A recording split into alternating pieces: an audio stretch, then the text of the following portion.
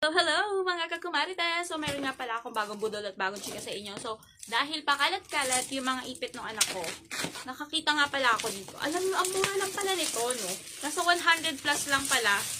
Etong, sobrang cute talaga yan ng mga ipit. Grabe, alam ko nasa 3 tier siya. Wow, 3 tier! 3rd floor? 3 levels? Ganun. Okay. So, eto, diba? Super cute niya, as in.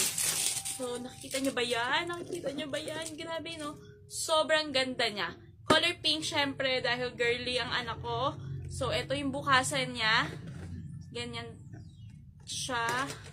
Oh, di ba? Oo nga, ang cute. 1, 2, 3.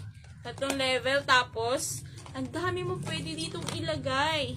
Grabe, for only 100 plus lang. May ganito na ako lagay ng ipit. Actually, hindi lang lagay ng ipit, pwede nyo ilagay dito, pwede